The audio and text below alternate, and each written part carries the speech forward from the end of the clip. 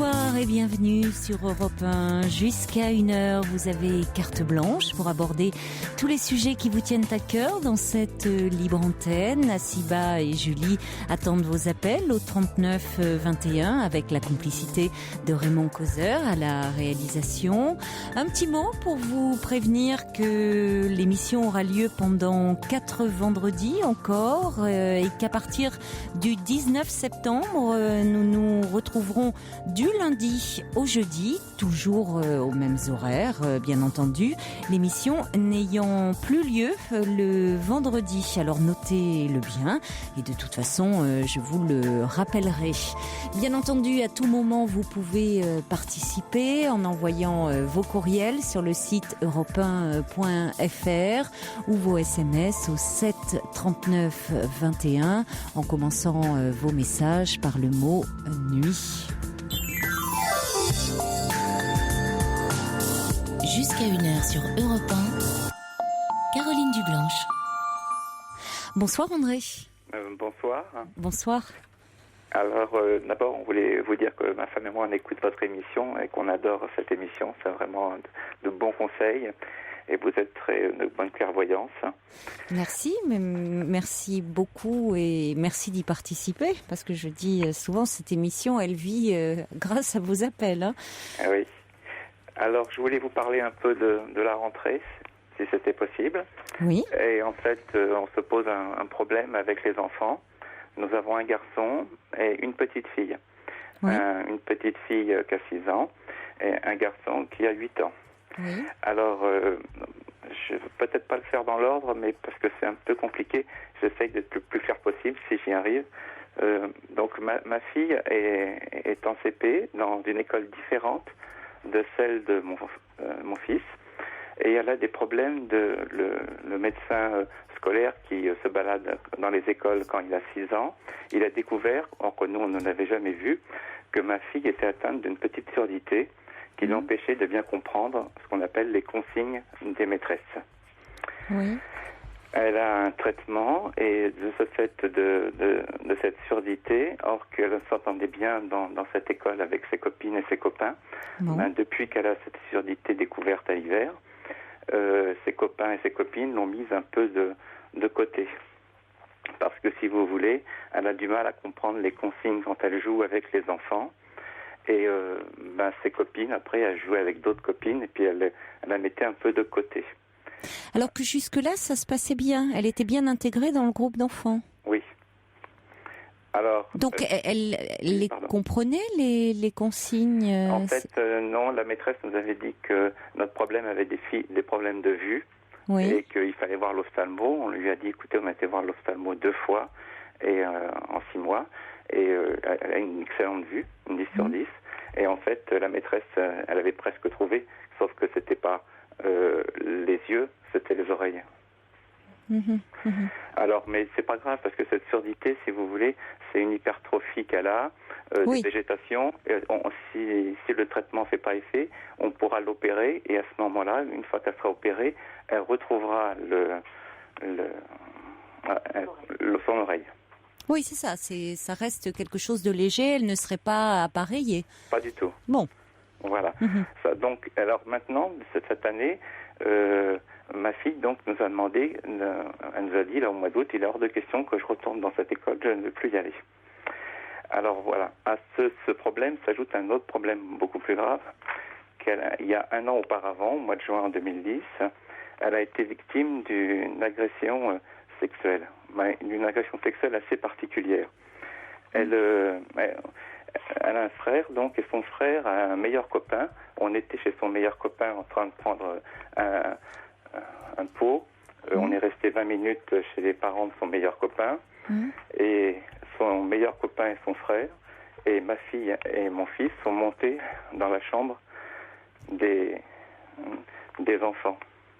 Et pendant que nous, ça a duré 10 minutes, nous ne le savait pas, mais le meilleur copain de mon fils a demandé sans arrêt à sa mère comment est le sexe des filles. C'est marrant, elles n'ont pas de sexe, on ne le voit pas.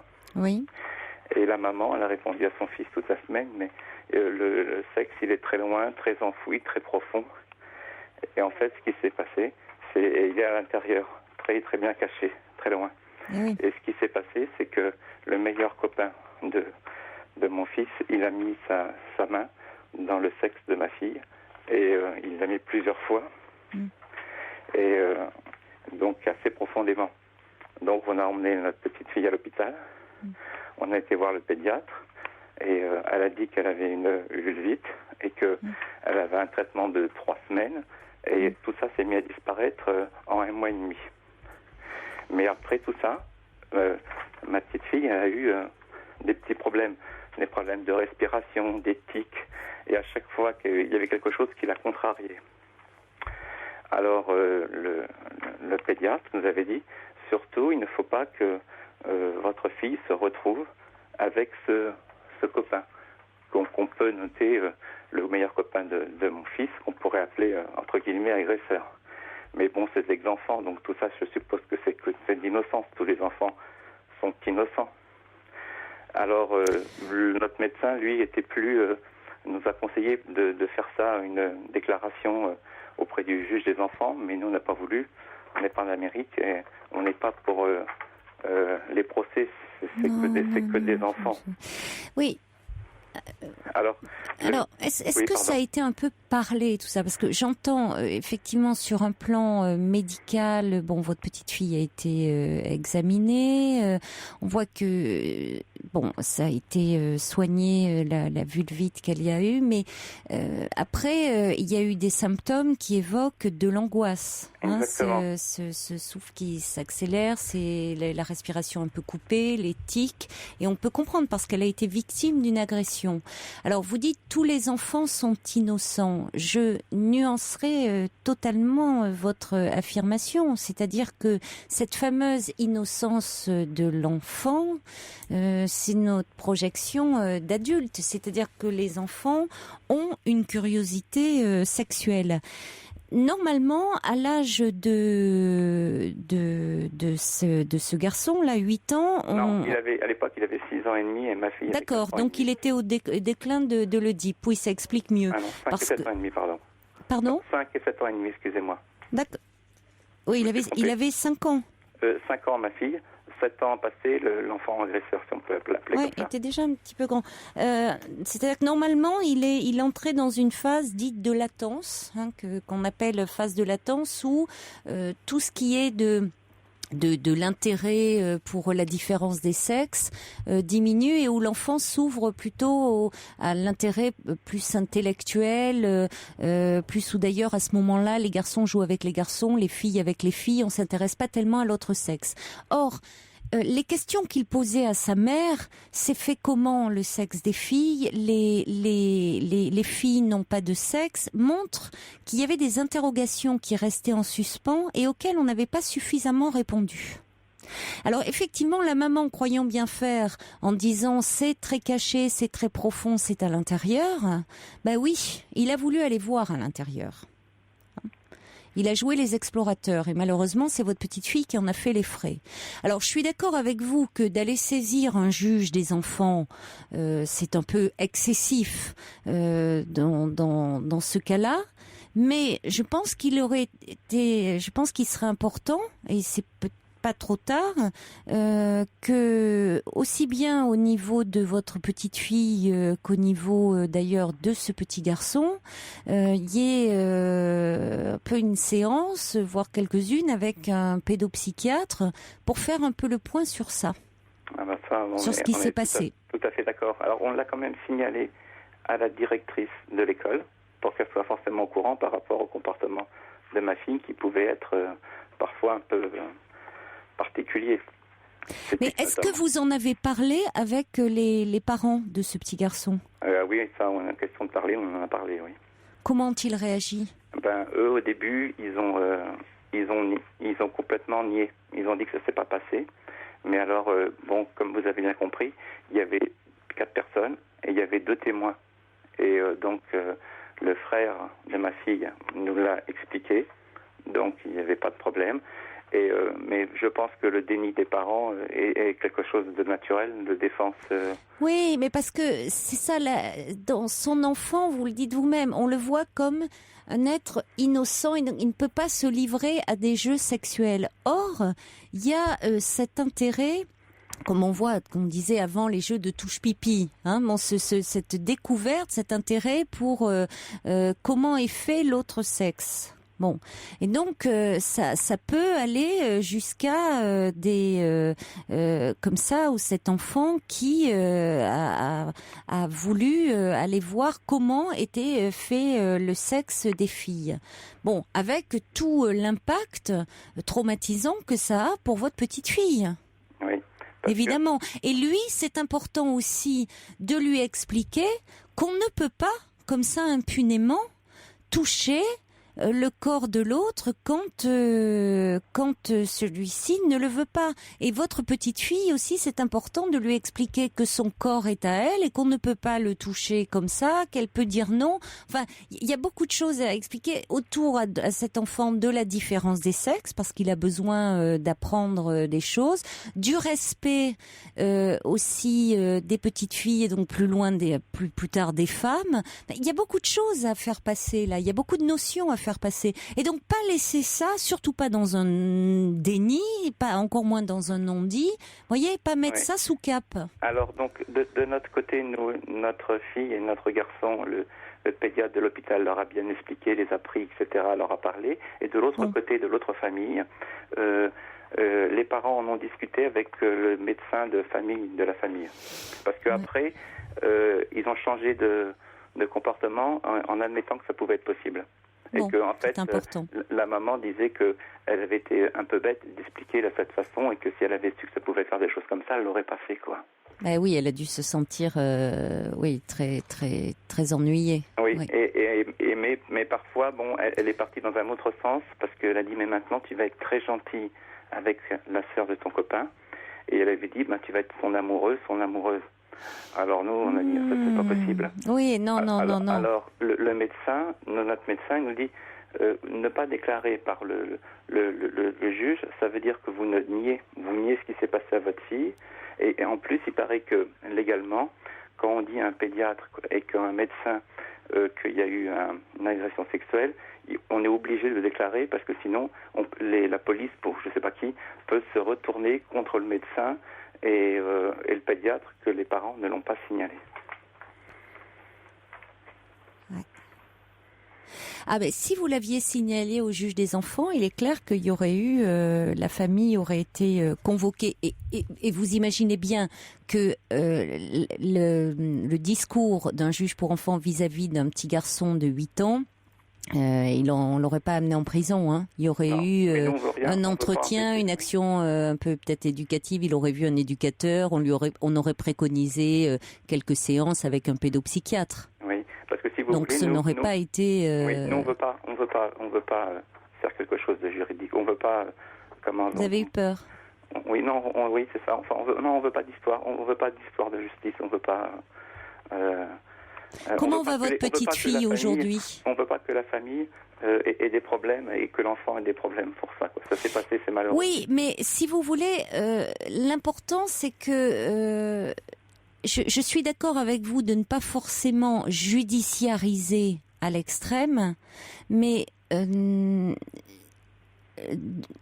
c'est important non plus de ne pas le banaliser, et c'est-à-dire de ne pas faire comme s'il ne s'était rien passé. Parce que autant du point de vue de votre petite fille, il ne s'est pas rien passé. D'accord. Et ça laisse quand même des traces, bien sûr dans son corps, mais aussi dans sa tête. D'accord. Et pour ce petit garçon aussi, c'est pas anodin. Oui. Alors, si vous voulez, par rapport au problème de la rentrée, parce qu'en fait, c'est pour ça que je vous appelle, c'était pour savoir si c'était les parents qui choisissaient ou c'était l'enfant, qui est un enfant qui a été évidemment agressé, et un enfant particulier, par rapport à des parents qui n'ont pas d'enfants agressés, la situation est différente. C'est, si vous voulez, mon fils, vous avez bien compris qu'il est à l'école dans un autre petit village avec ce garçon agresseur, et lui ne veut pas changer d'école. Et ma fille, elle va absolument changer d'école. Alors maintenant, il y a des lois qui existent. Quand on veut changer quelqu'un d'école, il faut ce qu'on appelle l'autorisation des deux mères. Parce que dans les écoles publiques, il y a une espèce de rayon d'action, et si on dépasse la frontière, il faut l'accord des deux mères. Alors nous, on a été voir une école publique dans un village à côté, et où l'enfant qui a commis ça ne peut pas être là, puisque ce n'est pas ça, comment on pourrait dire, je ne sais pas, circonscription, je ne connais pas le terme. Ce n'est pas sa zone, donc ils ne pourront jamais se trouver ensemble. Et dans cette école, c'est une école publique qui a une maîtresse E, je ne sais pas si vous connaissez ce terme, c'est des maîtresses qui sont très spécialisées dans les enfants qui ont des problèmes. Donc ça serait bien, un psychologue scolaire dans l'enceinte du lycée, de l'école primaire, en permanence. Bon, donc ça serait parfait, ça. Ça, on trouvait que c'était un bon cadre pour notre fille. Oui. Et il y avait une école privée aux côtés où que notre fille aimait bien, parce que notre voisine, dont elle est la meilleure copine, travaille comme aide éducatrice dans cette école. Oui. Mais on en a parlé un peu avec notre médecin, et lui, il conseille d'enlever les deux enfants. Il nous dirait qu'il vaut mieux enlever notre garçon de cette école. En fait, il dit que pour le bien des deux enfants, et surtout d'Elfie, il ne faut pas que l'enfant qu'on voit, c'est celui qui a commis ça, se retrouve dans le milieu de Elfie. Ah pardon, je dis son nom. Oh non. Bon, on n'a pas entendu parce que un prénom, moi-même j'ai pas retenu. C'est un prénom particulier, j'ai pas fait attention, vous voyez. Donc je pense que les auditeurs non plus. Bon, c'est le point de vue de votre médecin. Il est clair qu'il est préférable que votre petite fille ne soit plus en contact avec ce petit garçon-là, qu'il ne vienne pas à la maison jouer. Dans un. Ah oui, parce que Mais cela dit. Remettons aussi les choses au clair. Il ne faut pas non plus que ce petit garçon devienne un pestiféré. Vous l'avez dit vous-même, c'est un enfant. C'est là où il faut expliquer les choses et où une consultation avec un pédopsychiatre pourrait dire là ce que tu as fait. Toi, tu l'as fait dans une démarche, tu voulais savoir comment était fait le sexe des filles, mais cette petite fille, elle n'était pas d'accord. Qu'est-ce que tu aurais dit si toi, on avait comme ça saisi ton sexe, comme ça, sans te demander ton avis? Tu aurais certainement pas été content, ça aurait pu te faire mal et tu aurais mal réagi aussi. On n'a pas le droit de te toucher comme ça sans que toi, tu sois d'accord. Donc, il y a des paroles à mettre autour. Maintenant, il faut aussi que cet enfant comprenne, qu'il se dise pas que ce qu'il a fait, il a commis un acte terrible et que il doit, voyez, que parce que il a qui reste comme ça marqué. Donc c'est là où je dis ça doit pas non plus devenir le mouton noir. Pour votre petite fille, c'est clair qu'il vaut mieux qu'elle ne soit pas en contact avec lui, mais là aussi c'est important de lui expliquer que lui et c'est là où dans une consultation on pourrait lui dire qu'elle puisse exprimer ses émotions, ce qu'elle a ressenti, ce qu'elle a vécu, et peut-être aussi lui dire que ce petit garçon, lui, il était dans une démarche, il savait pas expliquer la différence des sexes et que il a voulu aller voir et que c'est vrai que c'était pas bien parce que il devait, ça ne se fait pas sans demander l'avis de l'autre. Oui, je comprends bien. Mais maintenant, du point de vue de votre médecin, dire il faut que votre fils ne soit plus dans cette école alors que votre fils tient à être dans cette école parce que lui, il y a ses copains, parce que lui, il y a ses amis, c'est peut-être aussi difficile pour votre fils de l'enlever de cette école où il a tous ses copains, tous ses repères. Ça c'est notre problème, parce que voyez-vous, nous, ça va vous paraître bizarre, mais cet été, on a continué à recevoir ce copain de mon fils à la maison. C'était son meilleur copain. Et comment elle réagit, votre petite fille? Ah non, mais non. La petite fille, elle était partie avec moi. Elle n'était pas là. Elle n'était pas là. Et malheureusement, il y arrivait un problème. C'est que normalement, les parents et l'enfant auraient dû partir. Quand nous, on est arrivé pourtant une demi-heure après, mais ils se sont attardés. Et quand moi, je suis rentré avec ma fille, elle l'a vu. Et alors là, depuis ce moment-là, maintenant, elle a des crises de respiration que nous, on pensait que c'était de l'asthme. Oui, et enfin, le médecin nous a expliqué... C'est de l'angoisse. Mais c'était l'histoire qui recommençait, qu'on n'aurait jamais dû ce garçon ne peut pas être présent chez vous. Bien sûr, ça, vous lui faites revivre le traumatisme, là. Puis en plus, il y avait deux problèmes, c'est que, vous savez, quand vous n'êtes pas dans les zones, il faut l'accord du maire, et ça, c'est pas facile, parce qu'il paraît que c'est très difficile à avoir. Oui, mais enfin, je pense que si vous demandez un entretien individuel avec le maire en expliquant la situation, il comprendra très bien que votre petite fille ne soit pas en contact avec ce garçon. Alors évidemment, il va vous dire, et pourquoi n'avez-vous pas saisi le juge des enfants? Vous pourrez lui expliquer. Oui. Mais je pense que c'est peut-être ce qui vous embête et que c'est pour ça que vous n'osez pas aller voir le juge. Mais après tout, le maire. Mais vous avez le droit, après tout, en tant que parent, de dire on n'a pas voulu judiciariser les choses. Mais écoutez, je pense que quand même un maire est suffisamment proche de ses administrés pour comprendre, étant donné le contexte, que votre petite fille ne va pas se retrouver tous les jours confrontée à ce garçon. Et au besoin, vous pouvez appuyer votre demande du certificat d'un pédiatre. D'accord. Et d'un pédopsychiatre. Parce qu'en fait, on craignait deux choses. C'est que le maire, après, ça se fasse dans le village. Mais je ne sais pas si un maire est comme un médecin.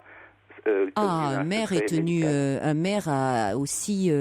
Alors ça, le maire n'a pas ce que vous allez lui confier. Lorsque vous le rencontrez en demandant un entretien, il va pas quand même en parler dans tout le village. Il va pas le claironner sur la place du village. Ça serait quand même une faute grave.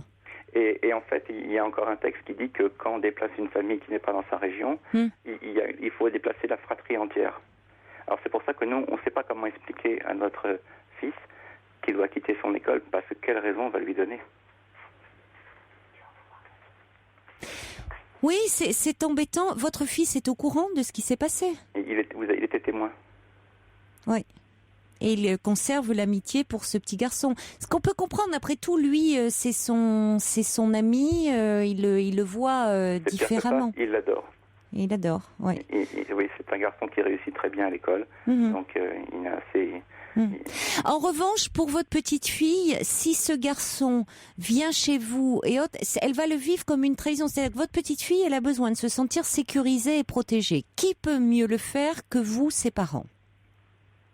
Si vous laissez rentrer chez vous ce petit garçon qui, encore une fois, il faut quand même remettre les choses à leur place. Ce petit garçon n'est pas non plus, on va pas diaboliser ce qu'il a fait.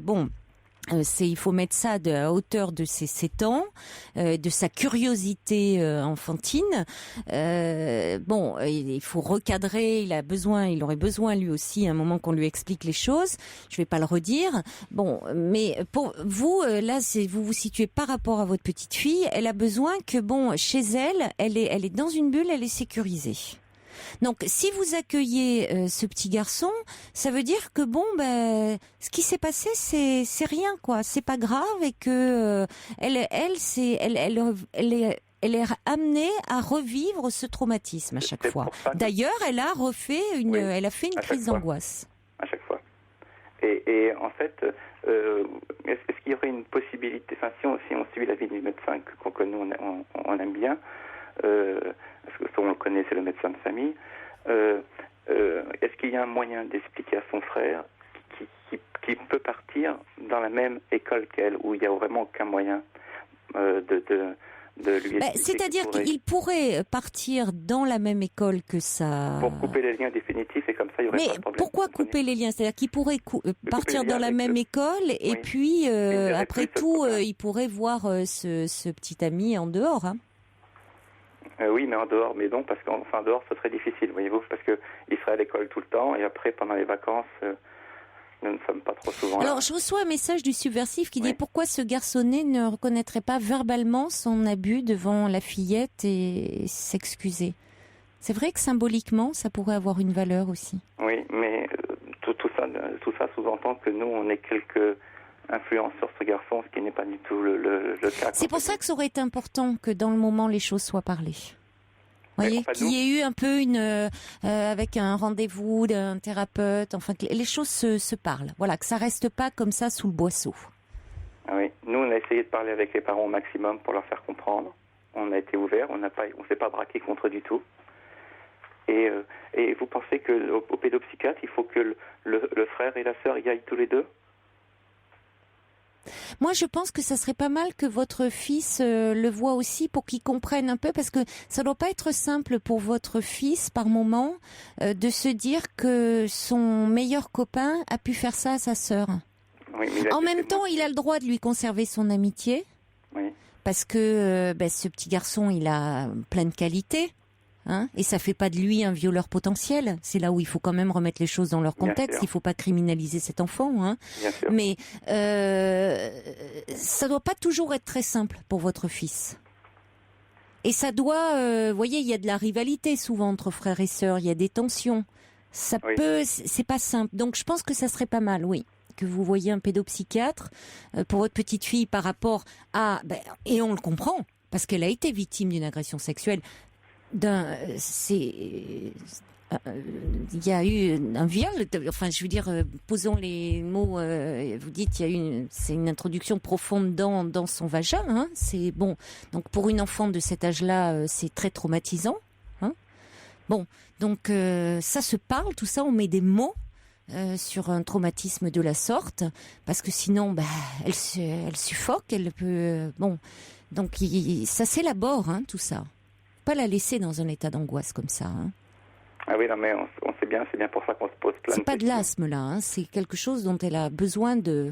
Il faut qu'elle puisse mettre des mots là-dessus, hein. Vraiment. Ouais. Ne la laissez pas dans un tel état d'angoisse. Hein. Ouais. Si j'ai bien compris, vous conseillez plus de déplacer que la jeune fille et que le garçon de laisser là où il est avec son copain. Et ne pas d'échanger tous les Mais deux. moi, la priorité, André, j'entends bien que vous, c'est autour de l'école. Moi, la priorité, ça serait que les choses se parlent un peu. Oui, j'ai compris. Voyez, j'entends que vous, c'est autour du lieu. Oui, bien sûr qu'il faut, si vous voulez écarter l'enfant, écarter l'enfant, le petit garçon de votre fille, mais aussi que Parce que si les choses se parlent et que vous voyez un pédopsychiatre. Parce qu'un copain, on s'en refait toujours, quoi, un autre, à un moment donné. Oui, alors ne sous-estimons pas l'importance des copains et des très bons copains à cet âge-là. Mais c'est marquant, ça marque tout le monde cette histoire. Mais Parce que c'est pas neutre aussi pour votre petit garçon de se dire que son meilleur copain a pu agresser sa sœur. D'accord. Et puis l'irruption comme ça de, vous voyez, c'est le corps de sa sœur normalement, voilà, on n'y touche pas. Sa sœur, il y a quelque chose d'asexué, et puis que son meilleur copain, il ait pu faire ça à sa sœur. C'est choquant, vous voyez. Oui. Hein? Donc ça serait bien ça veut pas dire de se lancer dans une psychothérapie pour votre fils, mais peut-être 1 ou 2 séances où les choses sont un petit peu parlées avec quelqu'un d'extérieur. Quant à votre fille, en revanche, ne laissez pas s'installer comme ça de l'angoisse. Hein. Oui, on essaye. Je pense que vraiment une consultation s'impose. Hein. Ouais. On l'avait demandé quand on avait été à l'hôpital, et nous avons dit que la jeune fille était trop jeune pour faire des séances. Oh là là, pas du tout. D'accord. Elle a quel âge? Elle a 6 ans. 6 ans maintenant. Non. À 6 ans, elle peut exprimer beaucoup de choses à travers. À 6 ans, on maîtrise déjà le langage. Elle peut s'exprimer à travers des dessins. Elle peut s'exprimer à travers des jeux. Elle peut tout à fait avoir un suivi qui lui sera tout à fait bénéfique après ce qu'elle a vécu. Hein. Vraiment. D'accord. Voilà, André. Eh ben, je vous remercie beaucoup. J'ai bien compris où se situait le problème. Voilà. Merci beaucoup, Caroline. Je vous en prie. C'est moi qui vous remercie de votre appel. Au revoir. Pour rejoindre Caroline Dublanche, appelez le 39 21, 34 centimes la minute.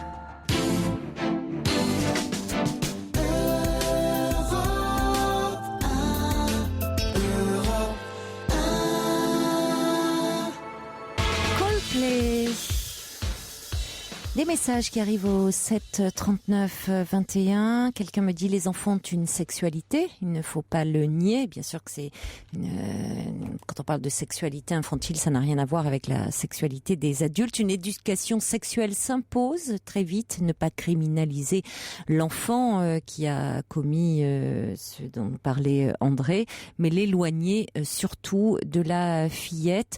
Et puis à propos du viol, une réflexion du subversif qui dit la figure du violeur est intolérable car c'est à l'inexistence qu'elle renvoie, l'absence à soi-même, le vide, la mort. C'est vrai que la victime reste en vie, apparemment, physiquement, mais psychiquement, quand on reçoit des femmes, puisque ce sont quand même majoritairement elles, les victimes de viol, psychiquement quelque chose qui est mort en elle, et il y a tout un travail de reconstruction qui est possible évidemment, mais qui est souvent très très long. Et d'ailleurs c'est pas un hasard si dans les guerres on tue les hommes et on viole les femmes. Bonsoir Louisette. Bonsoir. Bonsoir. C'est Caroline. Oui, c'est bien moi. Oui. Alors voilà, je suis dans une impasse. Je ne sais plus où j'en suis en fait, donc je vais essayer de faire court parce que c'est un peu long. Donc je travaille dans le paramédical. Oui. Et je sors avec mon patron, voilà, depuis 1 an et demi. Et oui. Donc en fait, je travaille depuis 20 ans plus exactement. Mais entre nous, il s'est toujours passé des choses au cabinet, mais ça n'a jamais été très loin parce qu'il ne voulait pas que l'on se voit en dehors du travail, etc. Bon, il voulait pas tout mélanger. Et puis en janvier 2010, bon, je vous rappelle, il s'appelle Georges, il a 53 ans, il est célibataire sans enfant, c'est un fils unique. C'est notre Georges ? Comment ? C'est notre Georges ? Oui, exactement. Non, et mais donc, celui de l'émission ? Voilà, oui. Il y ressemble. Ah, je sais pas. En tout cas, bon, on va dire qu'il s'appelle Georges. Oui. Voilà. Et donc, il a 53 ans, célibataire sans enfant, et sa maman habite l'allée à côté de chez lui. C'est un fils unique. Peut-être je vous dis, c'est important de préciser tout ça. Oui. Voilà. Et donc, en janvier 2010, il m'a déclaré sa flamme. Oui. Il s'est déclaré sa flamme. Il s'est décidé à vouloir faire sa vie avec moi. Et souvent, il me disait, je veux un enfant, je veux un enfant. Bon. Moi aussi, finalement, je l'ai toujours aimé. Donc, j'étais très, très, très heureuse. Je pense que c'était le plus beau jour de ma vie. Donc, il m'a invitée au restaurant. On a discuté. Il m'a dit, voilà, j'aimerais bien avoir un enfant, mais on va tout faire dans la foulée. Donc, c'est-à-dire bébé, mariage, etc. Bon, je me suis dit, pourquoi pas, on fait tout dans la foulée, mais il est vrai que le mariage, pour moi, c'était quand même important. Donc, je lui ai fait confiance. Donc, à chaque fois, il retardait, etc. Jusqu'au week-end qui a suivi, il m'a dit, écoute, je voudrais qu'on vive ensemble avant. Bon, je lui ai dit, écoute, moi j'aurais préféré que l'on se marie. Oui, mais on va se marier, mais on va vivre ensemble avant. Si ça marche au bout de 2 mois, on se marie. Les 2 mois ont passé, donc 2 mois, 3 mois, 4 mois. Au bout du 4e mois, je dis, il faudrait que l'on se marie. Maintenant, les 2 mois ont passé. Oui, mais tu comprends, ma maman est fatiguée, etc. Je pourrais pas, dans l'immédiat, il faut attendre que ma mère se rétablisse. Mais bon, pour lui, l'enfant, c'était plus important. L'enfant n'est pas arrivé, donc ça venait de lui, mais pas de moi, donc il a dû subir des examens, embolisation, etc. Et quand je suis tombée enceinte au bout de 8 mois, j'ai fait une fausse couche. Bon, ça, c'est malheureux, c'est malheureux. Ça peut arriver lors d'une première grossesse, c'est assez fréquent même. Voilà. Oui. Et donc, quand je suis tombée enceinte, je lui ai dit, maintenant, voilà, on se marie, puisque tu m'as dit, quand on aura un enfant, on se mariera. Oui. Donc, oui, on va se marier, il n'y a pas de problème. Donc, mais il fallait quand même que je le pousse, hein. C'était pas spontané. Et donc, sa maman est venue à la maison pour en parler à mes parents. Mais lui, le problème, c'est que lui, il voulait que du champagne et du gâteau. Il y a eu un conflit par rapport à ça. Moi, je voulais au moins un buffet dînatoire. C'est un mariage quand même. Pour lui, le mariage, oui. Voilà. Ah oui. Il voulait que champagne, gâteau. Je lui ai dit, mais enfin... Oui, c'est sommaire. Comment? C'est sommaire. Ah oui, exactement. Oui. Et donc, il y a eu un gros conflit par rapport à ça. Donc, moi, je me suis énervée. Je suis partie de chez lui. Il est un peu radin? Oui. Ah oui. Mhm. Oui, il est vrai qu'il est très très sourd. Mhm. Bon, alors bon, il y a eu un conflit. Je suis partie de la maison. Je dis, puisque c'est comme ça, cet enfant, je le garderai pas. Mais c'était vraiment pour lui faire peur, parce que jamais j'aurais fait une chose pareille. C'est surtout pour le faire réagir. Il m'a dit non, tu vas le garder. Bon, bref, je résume. Je suis retournée chez mes parents. J'étais enceinte de 2 mois, donc j'ai pas vécu ma grossesse avec lui. En revanche, il m'appelait tous les soirs pour savoir comment j'allais, etc. Moi, je lui ai laissé un ultimatum. Je te préviens, si c'est toujours champagne gâteau, je ferai cet IVG, etc. Bon. Ça s'est toujours pas rangé. Quand j'ai repris le travail, parce que j'ai pris 2 mois d'arrêt, quand j'ai repris le travail, c'était toujours champagne gâteau. On n'en avait pas parlé en tout cas, mais bon, j'ai constaté qu'il y avait du sang, donc je me suis rendue à l'hôpital. Bon, c'était une fausse couche. Et là, donc, il est revenu avec moi à l'hôpital, il a été consterné, il m'a dit, mais non, t'inquiète pas, on aura un autre enfant, etc. Et puis, avant de partir en vacances, je lui ai dit, écoute, maintenant, je vais pas recommencer la même erreur, maintenant, on va se marier, on va faire un enfant, on va pas recommencer la même erreur. Il m'a dit, tu sais, le mariage, c'est pas mon truc, ça me dit rien, tu sais, j'ai 53 ans, c'est pas vraiment mon truc. Il était toujours pas d'accord. Donc, le gynéco m'a dit, de toute façon, pas de grossesse avant le mois de septembre, parce qu'il faut attendre après une fausse couche. Donc, le mois de septembre est arrivé. Lui, il est resté auprès de sa maman, parce que sa maman est très proche de lui. Hein. Sa maman, c'est sa maman. Oui. Et donc, je peux comprendre qu'on soit aux côtés d'une personne âgée quand il fait très chaud, période de canicule, c'est tout à fait compréhensif. Mais moi, d'un côté, je pouvais pas rater mes vacances. J'avais besoin de partir en vacances. Donc, je suis partie avec mes amis pour prendre une bouffée d'air frais, de me remettre en question. Et je lui ai dit, écoute, tu as mon numéro, si tu veux m'appeler, tu m'appelles. Ok, pas de problème, mais le mariage, j'en ai reparlé, il m'a dit, c'est pas mon truc, j'arrive pas. Bon, je reviens de vacances, j'ai repris le travail mercredi. Et donc, je l'ai pas senti, comment dire, pourtant je suis une très jolie fille, hein, sans prétention aucune, je mesure 1m55, je pèse 44 kilos, je suis une très jolie fille. Je comprends pas pourquoi il me fait un coup pareil, quoi. J'arrive pas à comprendre, je ne comprends pas.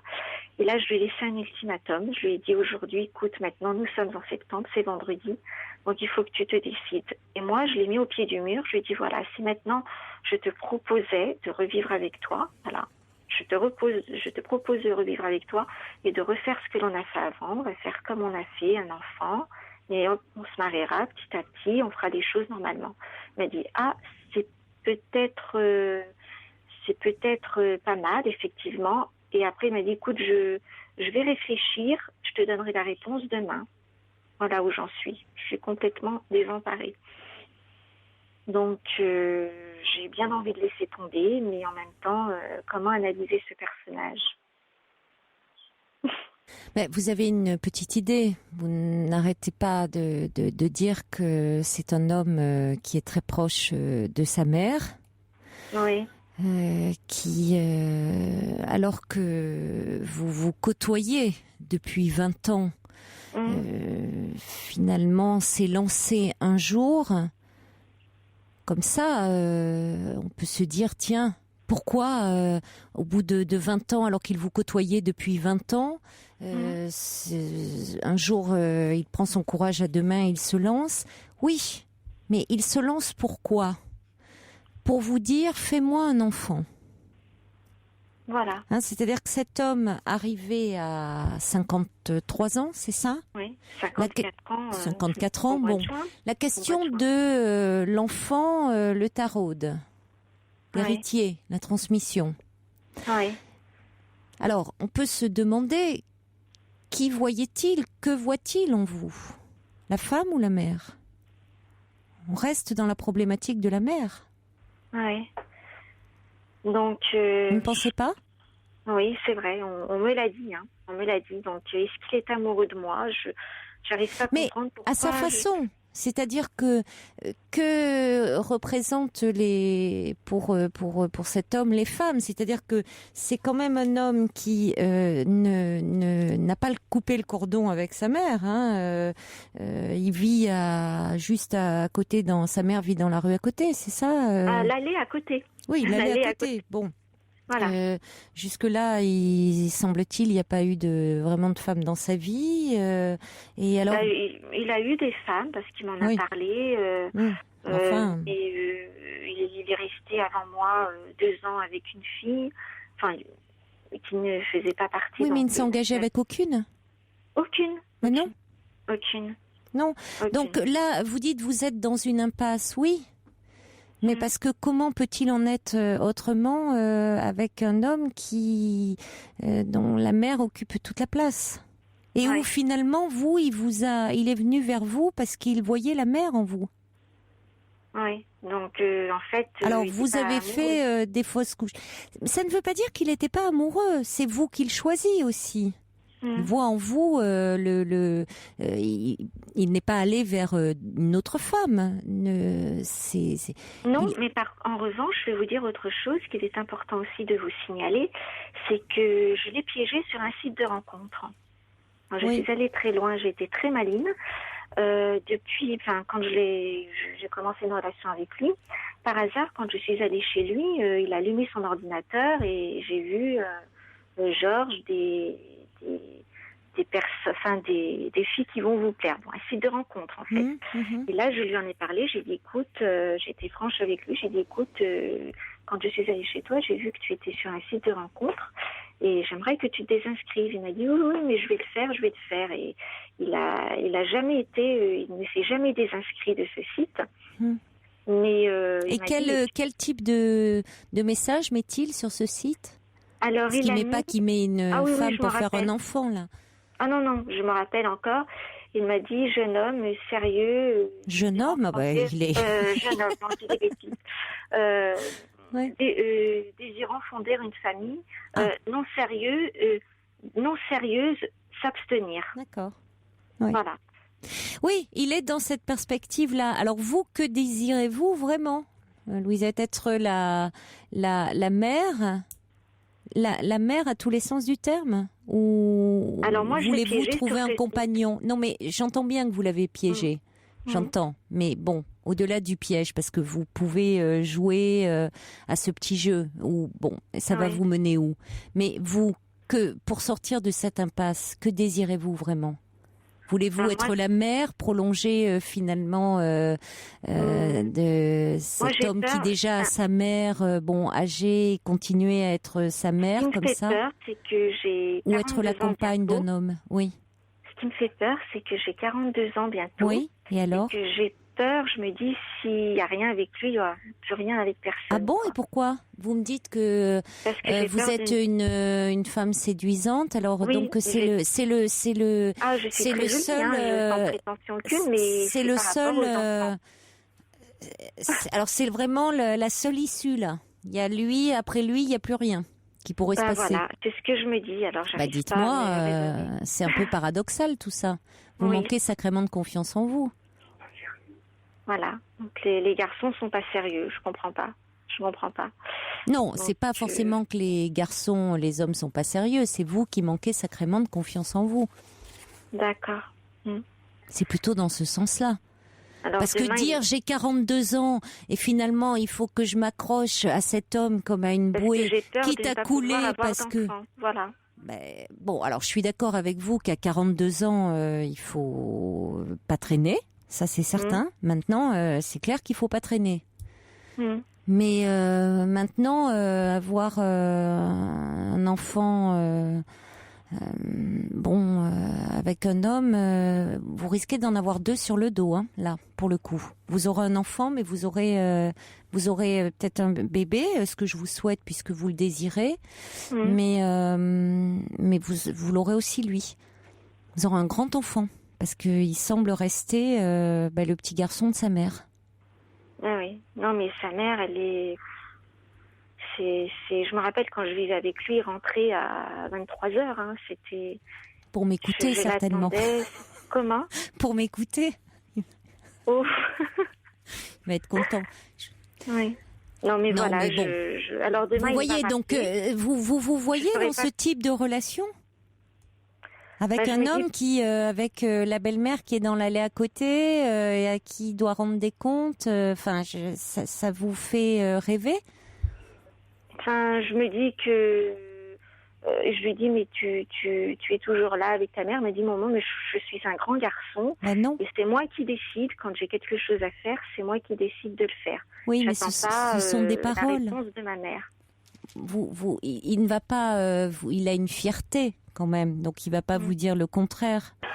Mais j'ai vu qu'il avait une certaine autorité, quand même, parce que quand il est venu avec sa mère chez mes parents, sa maman lui a dit, bon, on va faire quand même une petite fête. Et là, il a répondu doucement, maman, stop. En lui précisant, c'est pas toi qui décides. Oui, mais dans les faits, on voit bien qu'il est quand même incapable de vivre sa vie hors du giron maternel.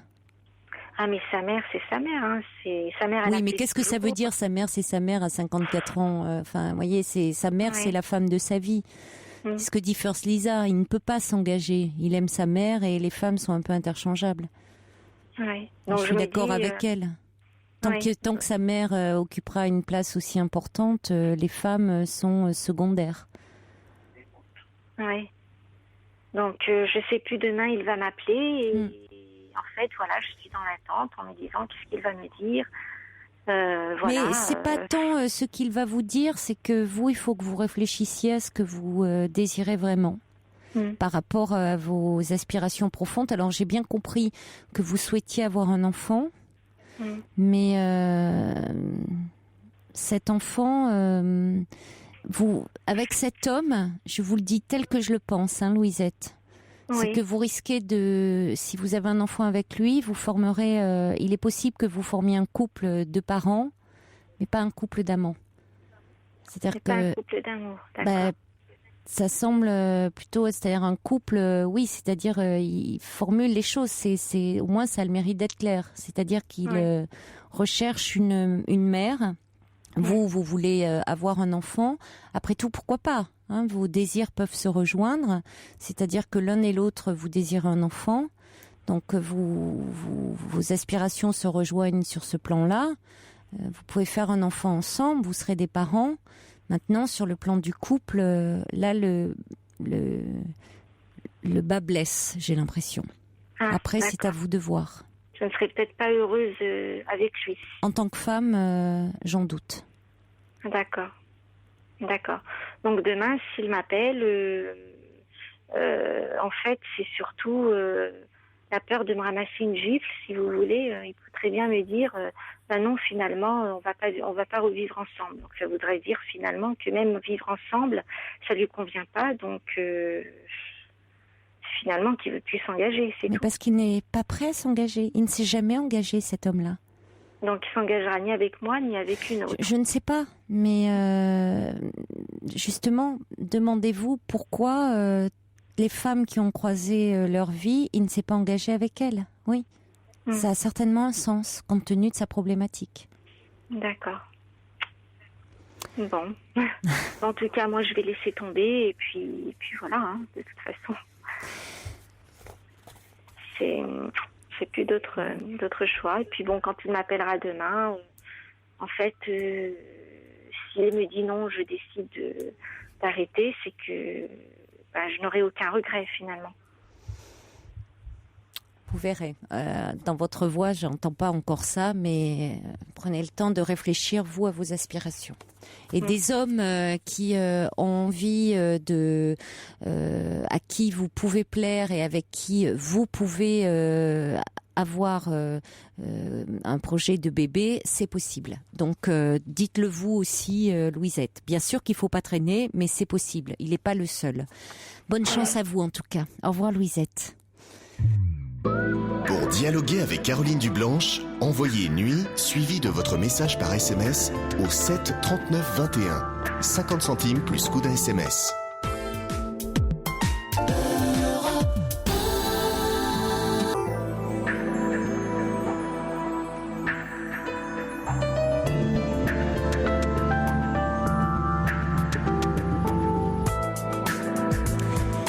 Nous sommes repartis pour une deuxième heure à passer ensemble en direct sur Europe 1 avec tous vos témoignages au 39 21, toutes vos réactions par SMS au 7 39 21 en commençant vos messages par le mot nuit et vos courriels sur le site europe1.fr. Je voulais présenter toutes mes excuses à Romain causeur que j'ai appelé Raymond. Il m'a fait écouter la bande pendant le journal de minuit. Le pauvre, ça fait 2 fois que je lui fais le coup. Il est tout jeune et je lui mets 30 ans dans la figure. Bon, marquez, il y a des vieux prénoms comme ça qui reviennent à la mode, qui reviennent tendance, mais je ne sais pas pourquoi je m'obstine à l'appeler Raymond, ce jeune homme. Je ne sais pas, il va falloir que je me penche sur la question. J'ai tendance à changer les prénoms des gens et là il me dit mais tu m'as appelé encore Raymond. Je lui dis mais non pas du tout et il m'a fait écouter preuve à l'appui que je l'avais appelé Raymond. Donc désolé mon cher Romain, voilà. J'espère que tu ne m'en voudras pas trop. Il a été gentil comme tout parce qu'il aurait pu me balancer des jingles comme ça à travers la figure à tout moment. Et non, il a été pro jusqu'au bout. Allez, des courriels qui arrivent. Chaudron de la Barque. Revenez sur le témoignage d'André qui nous parlait de sa petite fille en tout début d'émission. Petite fille, il se demandait s'il devait la changer d'école parce qu'elle a été victime d'une agression par un petit garçon qui va être dans cette école. Chaudron de la Barque dit: la problématique de la violence sexuelle et du rejet de l'école vont marquer indubitablement votre fille. Elle a besoin de verbaliser ce qu'elle a vécu, ce qu'elle a ressenti. À plus forte raison si elle se sent rejetée par les autres enfants à l'école. À ce sujet, il faut proposer à l'équipe éducative un travail, une réflexion autour de la tolérance et du handicap, puisque la fille d'André souffrait d'une légère surdité. Plus les enfants apprennent tôt à comprendre et à accepter la différence, plus ils ont l'opportunité de devenir de belles personnes. Très bon courage à vous et continuez à soutenir votre enfant sans relâche. Tinou dit: non monsieur, il n'est pas trop tôt pour amener votre petite fille chez le psy. Mon fils avait 4 ans quand il a été en consultation. Il a fait des dessins pour s'exprimer. Il avait trouvé son papy pendu. Priorité aux soins pour cette petite fille, c'est trop traumatisant. Et puis Isaac qui dit: il faudrait vraiment que les parents du petit garçon incriminé ne restent pas dans le déni et qu'ils prennent le temps de comprendre les tenants et les aboutissants de son acte. Il est en pleine construction et la banalisation et le silence ne l'aideront pas à se construire sereinement. Il ne faudrait pas que le silence déconstruise ces jeunes enfants. Je voulais également saluer Oscar qui nous écoute à Barcelone. Et puis Daniel lui revenait sur le témoignage de Louisette en disant: pourquoi pas le véritable Georges pour Louisette. Popig dit: il sera prêt à s'engager avec quelqu'un lorsque sa mère ne sera plus là. Et puis une autre personne dit: le fait même qu'il ait passé cette annonce sur ce site de rencontre alors qu'il sortait avec Louisette est assez explicite. Bonsoir Alizé. Bonsoir Caroline. Bonsoir. Merci de me prendre à l'antenne. Mais je vous en prie. Je vous entends mal, la liaison est pas très bonne. Oui, je suis un petit peu perdue. Oui, pour quelle Allô? raison? Oui. Oui, donc je vis une relation, une histoire amoureuse avec un homme depuis le mois d'octobre l'année dernière. Oui.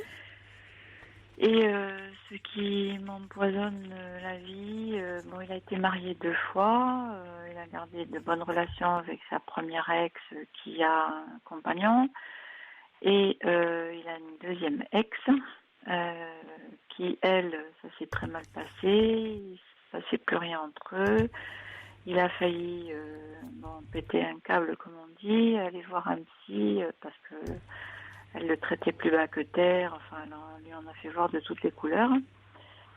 Et maintenant, malgré tout ça, ça fait plus de 2 ans qu'ils sont divorcés. Ils sont. Elle a voulu rester amie. Mhm. Et elle appelle sans arrêt pour un oui ou pour un non. Alors lui me dit qu'il n'y a plus rien entre eux. Bon, ça, je veux bien le croire. Oui. Mais je trouve qu'elle lui prend son cerveau. Elle trouve toujours des prétextes. Alors bon, il a une maison, enfin ils avaient une maison en commun qu'elle a gardée. Lui se fait un honneur d'avoir maintenant une maison à lui et d'y arriver tout seul.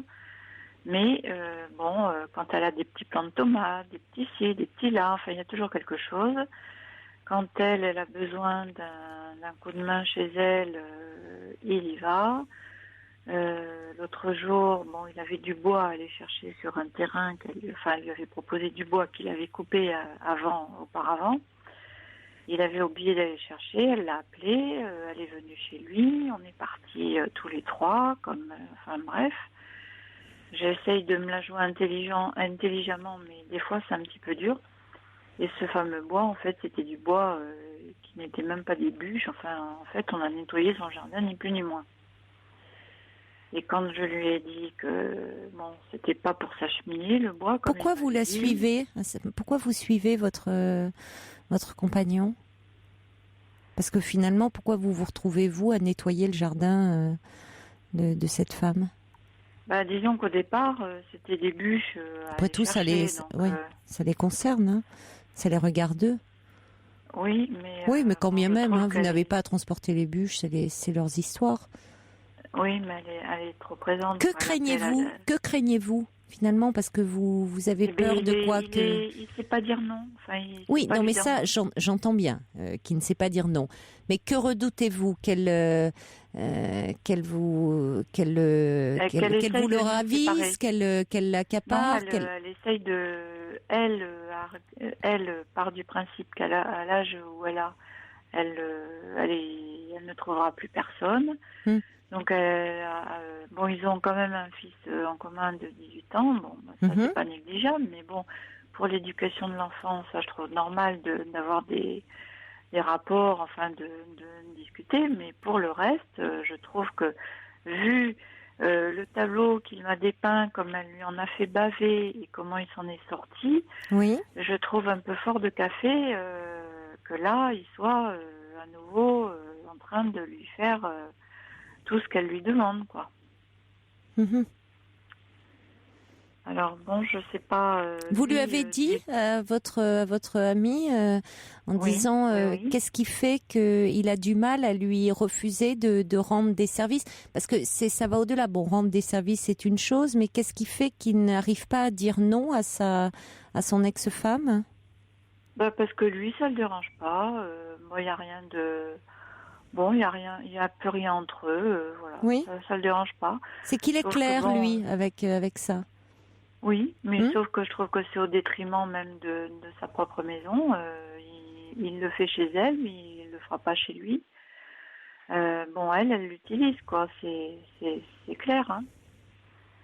Alors ça me dérange, quoi. Ça me dérange de voir comment il est utilisé. Maintenant, ça le regarde lui, mais. Oui. En même temps, on a passé une semaine ensemble. Il s'est pas passé 3 jours sans qu'elle appelle. Pour demander, pareil, qu'il lui rende des services. Alors là, l'autre jour, c'était: est-ce que tu as une table à me prêter? Est-ce que tu veux des plantes de scie? Après, j'ai des mirabelles. Est-ce que tu veux venir les chercher? Enfin, il y a toujours quelque chose pour la pâter, quoi. Alors ça, une fois de temps en temps, d'accord, mais là... Est-ce que vous pouvez dire à ce moment-là à votre ami que finalement, par sa présence, par ses appels, cette femme fait en sorte, inconsciemment et consciemment, d'être entre vous deux? Oui, mais ça, il ne veut pas s'en rendre compte. Il veut pas s'en rendre compte. Là, ils doivent se revoir, par exemple, mardi prochain, pour aller au centre, enfin à l'école où doit être inscrit le fils. Ils vont y aller ensemble. Bon, ça, j'y vois aucune objection, c'est normal. Bon, après tout, c'est l'éducation du fils. C'était hier qu'on est allé chercher tout le bois. Après, elle est venue. Alors, elle est venue chez lui. Hein, on est parti dans une voiture commune, la sienne. Sur le chemin du retour, tu pourrais m'offrir une bière chez toi. Alors, il n'y avait pas de bière chez lui. Il a fallu faire 50 magasins pour trouver sa bière. Moi, à aucun moment, il m'a demandé si je voulais quelque chose. Donc, j'ai été chercher la bière avec lui. Et dans le magasin, d'un seul coup, il s'est mis à me demander ce que je voulais. Et là, je lui ai dit, quand même, il serait temps que tu me demandes, moi, ce que je veux. Alors là, il était... pas devant elle. Pas devant non. elle. Non. Oui, parce que attention de ne pas dire cela devant elle, parce qu'elle serait trop ravie. Elle est parfaitement consciente de ce qu'elle fait. Hein. Bien sûr, oui. Bien sûr. En revanche, avec votre ami, je crois qu'il serait important d'avoir une franche discussion avec lui, en lui disant que vous avez un peu de mal à trouver votre place, étant donné que son ex-femme est tellement présente, tellement envahissante, en étant par ses coups de fil, comme vous dites, sous différents prétextes, que elle fait en sorte d'être là entre vous deux. Alors, qu'il faudrait qu'il se rende compte que lui, il va vous dire ce qu'il vous dit habituellement, c'est-à-dire pour moi, ça ne me pose pas de problème. Il va vous dire parce que lui n'a plus de sentiments pour elle, mais qu'il prenne conscience qu'il y a un déséquilibre dans la relation, dans la mesure où elle n'a pas d'homme dans sa vie. Oui. Et qu'elle peut être jalousée, sa nouvelle situation, puisque vous êtes dans sa vie. Mais que cette situation vous pèse. Je crois vraiment qu'il faut lui exprimer. C'est-à-dire que lui, il vous parle de lui en disant il n'y a pas de problème, je n'ai plus de sentiments. Là où il est, peut-être certainement tout à fait sincère. Mais la question n'est pas tant là. C'est-à-dire que oui, c'est vous dont il est amoureux aujourd'hui, mais peut-être pour des raisons qui tiennent à sa personnalité, parce que c'est quelqu'un de gentil, qui aime rendre service, il n'arrive pas à lui dire non. Peut-être parce que c'est une femme qui, comme vous dites, l'a un peu dominée, donc il n'arrive pas à dire non parce que ça reste la mère de son fils. Donc il faut aussi qu'il comprenne que si il ne met pas un peu de distance avec son ex, enfin en faisant comprendre qu'elle ne peut pas être omniprésente comme elle est aujourd'hui dans sa vie, ça va nuire à votre relation. Mais écoutez, son père lui a dit... tout le monde lui dit quoi. C'est d'autant mieux, Alizée, si justement vous n'êtes pas la seule à le dire, parce que s'il n'y avait que vous qui lui disiez, il pourrait penser que c'est de la jalousie pure. Donc c'est bien que vous ayez le soutien. Que son père lui dise ça, c'est bien que vous ayez. Quand elle appelle, il va s'isoler, il lui raconte tout ce qu'il a fait dans la journée. Moi, mais c'est bien que vous ayez le soutien de son entourage. Sauf que son père, il l'apprécie qu'à moitié, parce que son père a été sévère avec lui quand il était petit, il était plus proche de sa mère. Enfin bon, il y a un peu des histoires de famille, et du coup, son père est un peu... son père, de toute façon, pour lui... il l'a elle dans le nez. Moi je lui ai dit, mais attends, quand t'as été très mal, qu'elle t'a mis plus bas que terre, tes parents étaient là, t'ont soutenu. Il me dit oui. Alors je dis alors c'est normal que tes parents réagissent maintenant quand ils te voient faire autant de courbettes devant cette personne. Alors, ne soyez pas non plus trop méprisante vis-à-vis de lui. Oui, parce attention, que n'utilisez pas systématiquement, n'utilisez pas attention à pas devenir méprisante dans vos propos, parce que sinon vous allez le rapprocher d'elle. Hein.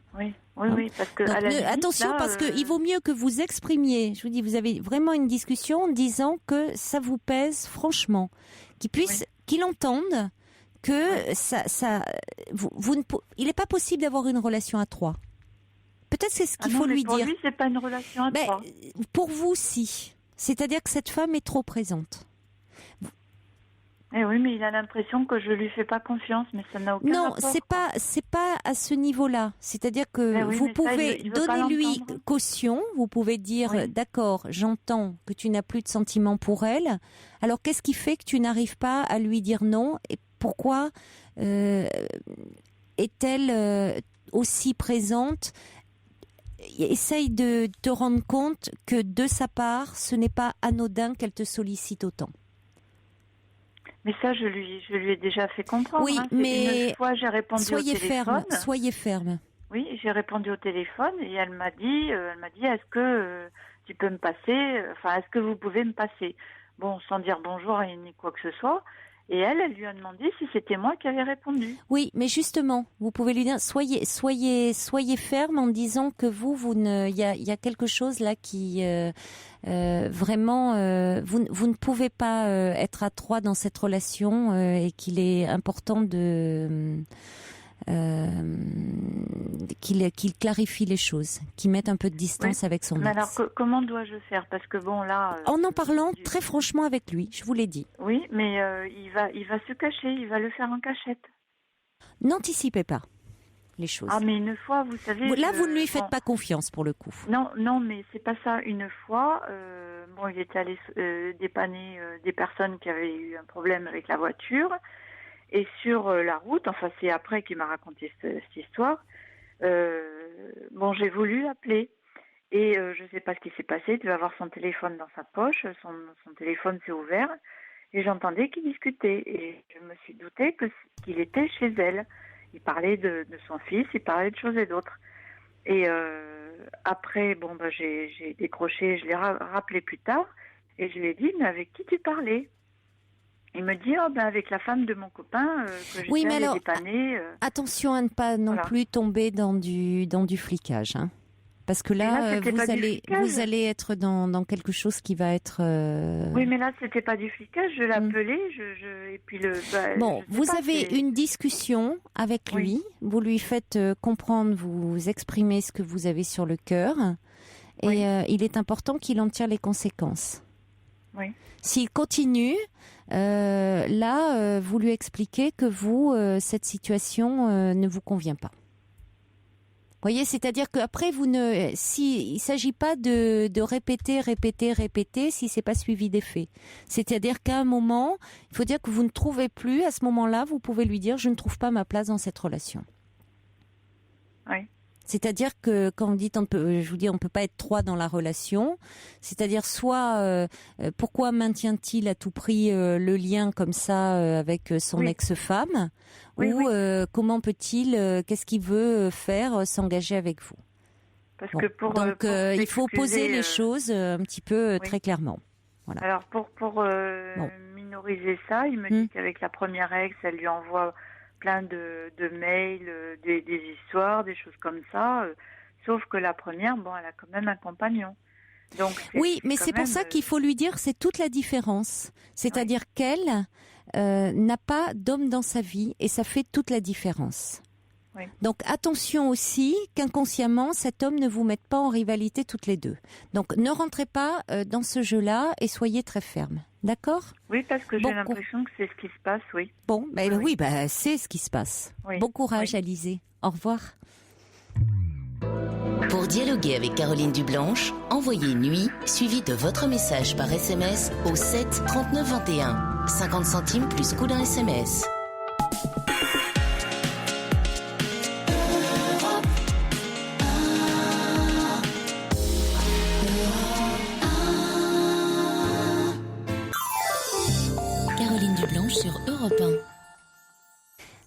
Bonsoir Michel. Bonsoir Caroline. Bonsoir Michel. Voilà, merci de m'écouter. Je suis une fidèle de votre émission et à chaque fois je me régale. Je suis même toujours d'accord avec vous.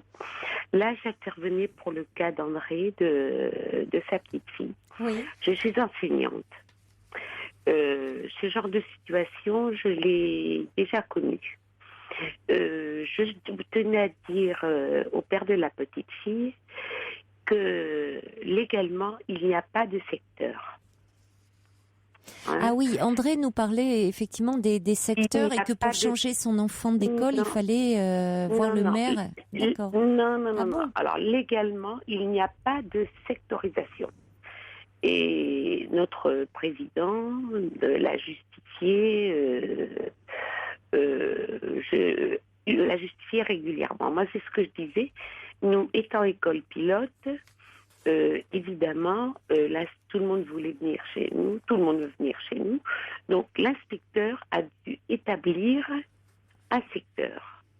Mais il est revenu sur ses dires dans la mesure où, si vous voulez, comme tout le monde veut venir chez nous, pour les étudiants de l'école, ça devenait des ghettos.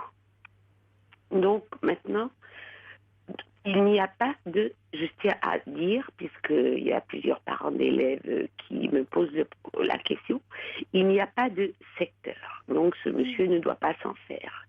D'autre part, je voulais dire, il parle de psychologue scolaire.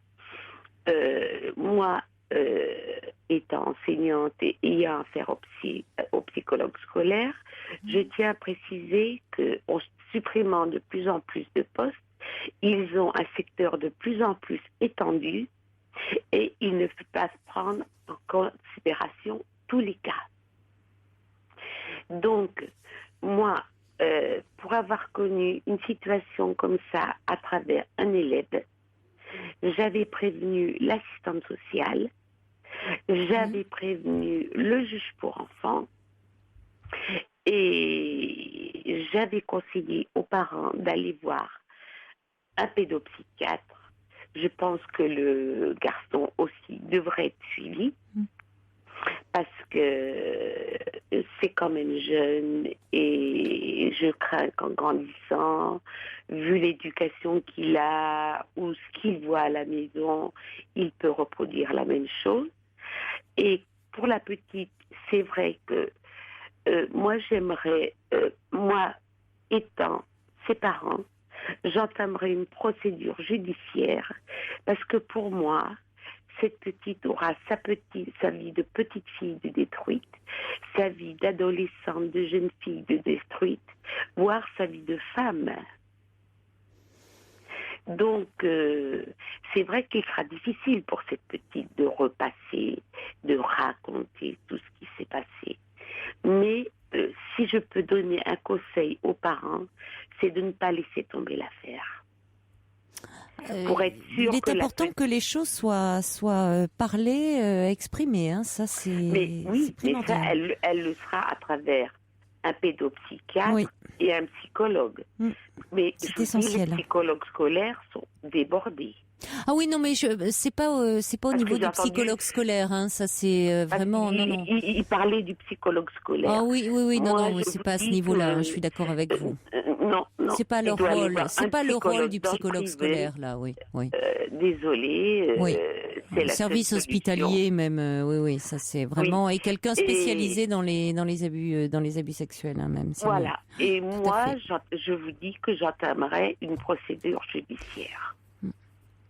Oui, non, mais le fait qu'il y ait un juge pour enfants aurait été pas mal. Le juge pour enfants aurait, et là aussi pour protéger, donc ça aurait permis de mettre un cadre un peu rassurant et structurant. Je suis d'accord avec vous, mais bon, ce père n'était pas d'accord. Et pour le petit garçon, je suis d'accord avec vous. Merci beaucoup pour toutes ces précisions et pour tous ces conseils, Michel, puisque vous êtes bien placé. Étant enseignante. Merci beaucoup de votre appel. Au revoir. Jusqu'à 1h sur Europe 1. Caroline Dublanche.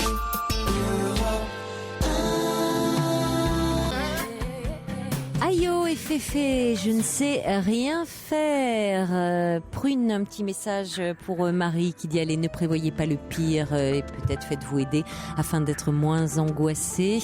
Cathy qui dit il n'est pas normal de devoir payer pour faire des études. Je vous souhaite une très belle nuit à l'écoute d'Europe 1. Un excellent week-end, reposez-vous bien. Et on se retrouve lundi. Il est maintenant 1h, l'heure des informations, présentée par Julien Pierce. Bonsoir à Julien. tous.